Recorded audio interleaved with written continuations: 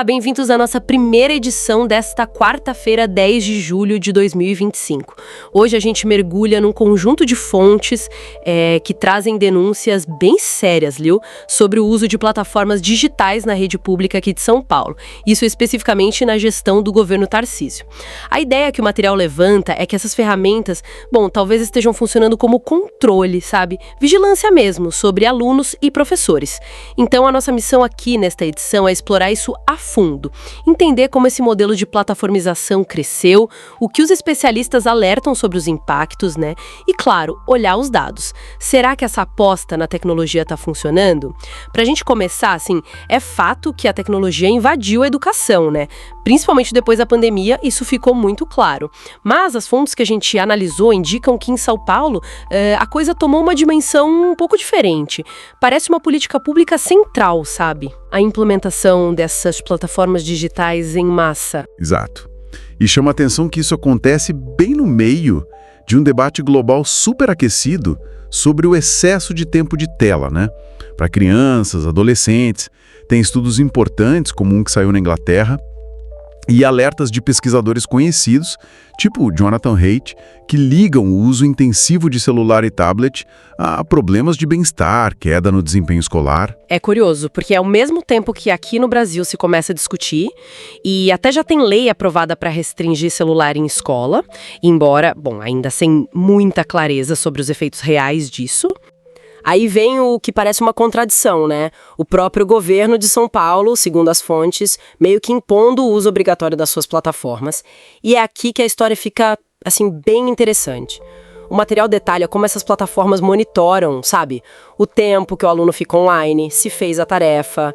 É quase um controle constante. E pior, esses dados estariam sendo usados para avaliar as escolas e até para afastar diretores que não batem as metas digitais. Sim. E professores também relatam essa pressão, né? Para cumprir meta de uso da plataforma. E o ponto central que as análises nos materiais que recebemos apontam é esse. O objetivo principal dessa plataformização toda em São Paulo talvez não seja exatamente melhorar a pedagogia, sabe?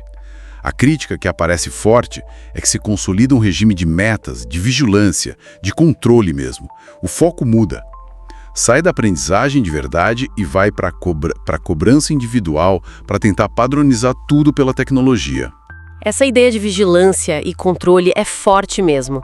As fontes dão exemplos mais concretos de como isso funciona no dia a dia, além do tempo online e das tarefas. Olha, os materiais mencionam que essa coleta de dados alimenta um sistema de avaliação que, no fundo, pressiona todo mundo a seguir o script digital, né? Por exemplo, o desempenho na plataforma vira um critério-chave para avaliar o diretor da escola. Isso cria um incentivo óbvio para ele repassar essa pressão para os professores.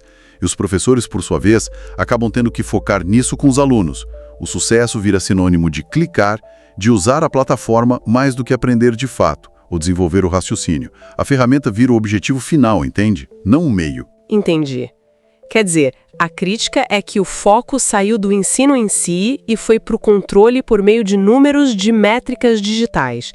Mas, e na prática? Isso deu resultado? Quero dizer, nos indicadores de aprendizagem, o que os dados das fontes mostram? Os resultados que as fontes trazem são, bem preocupantes. O SARESP, que é a avaliação oficial do Estado, né?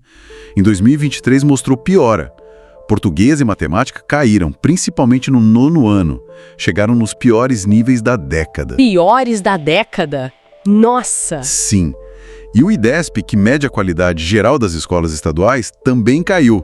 Voltou para níveis que a gente só via lá em 2014. Caramba, níveis de 2014? Isso é um retrocesso bem grande. E se a gente comparar São Paulo com outros lugares ou com o período antes dessa plataformização toda? Então, tem uma análise do IDEB, que é o Índice Nacional, né?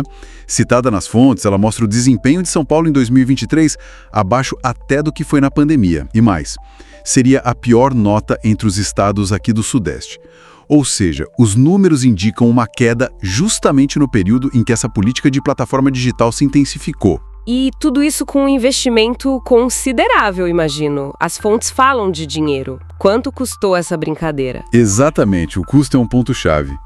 As estimativas de especialistas que constam nos documentos falam de um investimento que, olha, beira os 500 milhões de reais nessas plataformas. Aí você pega esse gasto enorme, né? R$500 bilhão, e compara com a queda nos indicadores de aprendizagem, levanta um questionamento muito sério, né? Sobre se essa estratégia focada na tecnologia e nas métricas realmente funciona. Parece que a aposta maciça na tecnologia, pelo menos por enquanto, não está entregando o que se esperava lá na sala de aula. E isso, segundo as fontes, pode acabar pegando mal até para a imagem do governo. R$500 bilhão e os resultados piorando. Isso deixa a gente com uma pergunta importante para pensar, com base em todo esse material, né?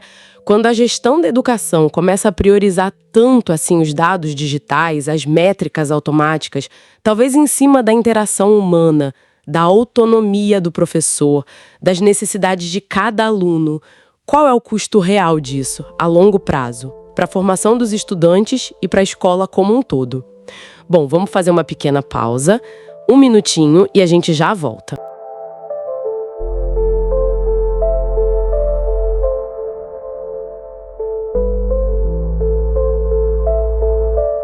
Bem-vindos de volta. Nessa segunda parte da nossa edição, a gente vai mergulhar um pouco mais fundo nas críticas ao modelo de gestão lá da rede estadual de São Paulo, do governo Tarcísio. Isso. O foco agora é mais nos efeitos práticos, né? O que isso causa para os alunos e para os professores no dia a dia. Exato. As fontes falam muito num cenário assim, meio tecnocrático, autoritário. Com o uso de algoritmos, que parece punitivo, diretores sendo afastados. E um adoecimento dos professores que, olha, parece bem preocupante. E, ao mesmo tempo, um uso cada vez maior de plataformas digitais, né? A gestão muito baseada em meta, vigilância, métrica automática. É um paradoxo, porque os indicadores de aprendizagem mesmo, tipo Saresp, DEB, estão caindo. Pois é. A conclusão que as fontes trazem é essa.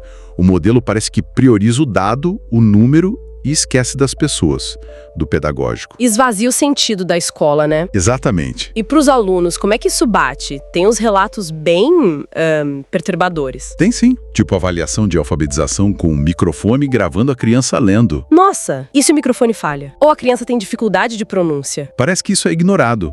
E aí vem a repetição, que soa como punição. As fontes veem isso como um sintoma, sabe? De um sistema que perdeu foco. Faz sentido. E não é só isso. Alunos que já leem bem ficam desmotivados. As plataformas interrompem a leitura, fazem perguntas muito mecânicas. E tem aquela história de penalizar pela velocidade de rolar a tela, né? Isso é muito estranho. É muito estranho. Ler rápido demais ou devagar demais vira problema. Frustra até o bom aluno. Chegou a surgir aplicativo paralelo, né? O tal do Doritos, que os alunos usam para burlar o sistema. Sim. Respondendo tudo automaticamente. Isso mostra o tamanho da falha da política, né? Totalmente. E tratar isso como exceção, como desvio, como algumas visões oficiais parecem fazer, é ignorar o que as fontes apontam. A prioridade é a métrica, o dado. Não é o aprender, nem quem aprende. É desumanizador. E essa pressão, claro, não para no aluno. Para os profissionais de educação também tá pesado, né? Muito pesado. Diretores pressionados por meta de uso de plataforma. Dezenas foram afastados só em 2024 por não bater meta. Nossa, dezenas. E ainda trocaram 20 dirigentes regionais de uma vez. Isso gera uma instabilidade enorme e denúncias do que as fontes chamam de assédio institucional. Complicado.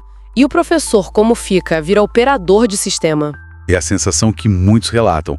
Perda de autonomia, perda de tempo que era para ser de aula. E usando o tempo pessoal para dar conta da burocracia da plataforma, né? Sem ganhar mais por isso. Exato. A jornada aumenta, o esgotamento vem forte. E aí começa a simulação, né? Fingir que está engajado só para não ser punido. É a tal pedagogia da performatividade. Cumprir tarefa, preencher relatório.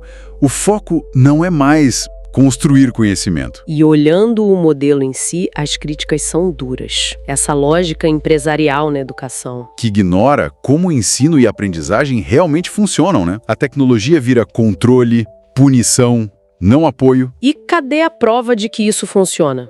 As fontes questionam muito isso. Pois é, falta evidência científica forte de que esse uso intensivo melhora o desempenho. A suspeita é que serve mais para cortar custos, precarizar o trabalho. E abrir caminho para as Big Techs, né? Com certeza. Além da falta de diálogo, pais, alunos, professores, ninguém parece ser ouvido. É tudo imposto de cima para baixo. Reforça um ambiente autoritário. Tem até menção à militarização em algumas escolas junto com isso. E tem uma contradição gritante que as fontes apontam. Qual? Falam para limitar tela para criança, mas a política educacional deixa a escola cada vez mais dependente da tela. Mas não para coisas pedagógicas ricas, e sim para extrair dado e controlar. Exato. O resultado final que descrevem é esse: empobrecimento pedagógico, desumanização, escola fragilizada. Puxa, é um cenário bem complexo. E qual seria a saída, segundo as fontes? O que fazer? Olha, a urgência parece ser fortalecer os coletivos de professores, os sindicatos, a pesquisa crítica. É resistir e construir alternativas que partam da escuta, que valorizem as pessoas. Resgatar uma educação que não seja refém do mercado, nem desse fetiche pela tecnologia. Isso. Uma escola que respeite o tempo de aprender de cada um, que ainda valorize o livro, a interação cara a cara, a autonomia do professor. E que veja o estudante como alguém que pensa, não um número num gráfico. Exatamente. E talvez a reflexão final que fica é essa, né? A verdadeira transformação na educação, aquela que liberta, que forma para a vida, ela vem mesmo das telas, dos algoritmos? Ou será que vem do vínculo humano, da escuta, da mediação do professor, do compromisso com a justiça social? Fica aí para a gente pensar. Importante. Bom, os links para as fontes que a gente usou para montar essa edição e outros artigos sobre o tema estão todos na descrição, tá? É isso. Um abraço, pessoal, e até a próxima. E lembrando, o Povcast vai ao ar de segunda a sexta, às 7 horas, meio-dia e 17 horas, e aos sábados, ao meio-dia.